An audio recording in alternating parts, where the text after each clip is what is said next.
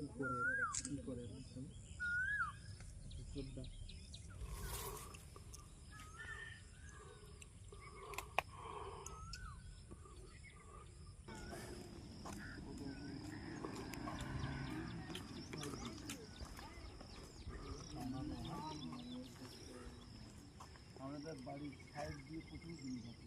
হয়েছিল মানে একদল ওদিক দিয়ে ছুটে আসছিল।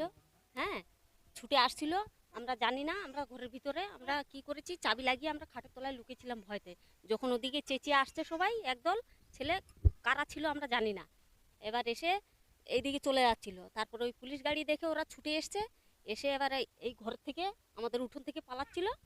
হয়তো পুলিশগুলো ভেবেছে হয়তো যে আমাদের বাড়ির লোকজন সব, তাই এই আমাদের ঘরে ঢুকে আর দরটর ভেঙে আর আমাদের বার করে নিয়ে গেছিল। বাবাদের আমাদের বাড়ির লোকজনকে এখনো ছাড়িনি। আমাদেরকে তো সকালে ছেড়ে দিয়ে গেল, আমাদের বাড়ির লোকজনকে ছাড়িনি। তবে এখান এখান থেকে আমাদের আদিবাসী 5 জন আছে আর মুসলিম আছে 4 জন।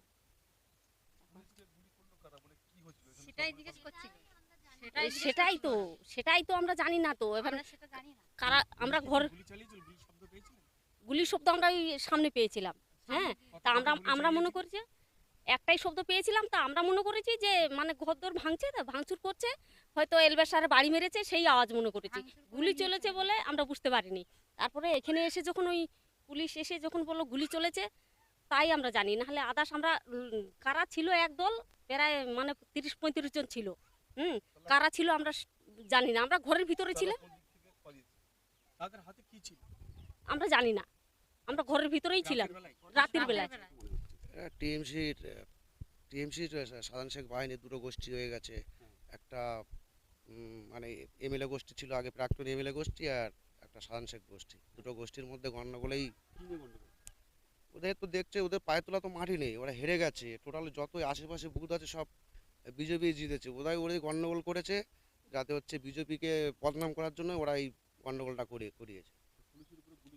পুলিশ ওরা পুলিশ পেট্রোলিংয়ে আসছিল, সেই সময় জানে পুলিশকে গুলি করলে গ্রামটা আরও উত্তপ্ত হবে, তার জন্যই হচ্ছে ওরা গুলি চালিয়েছে। এটা একটা সাধারণ বাহিনী। গ্রাম টোটাল সব আমরা গ্রামে আতঙ্কেই আছি, আমরা তো ঘরে থেকে বেরোতে পারছি না। এই সাধারণ লোকজনকে অ্যারেস্ট করেছে।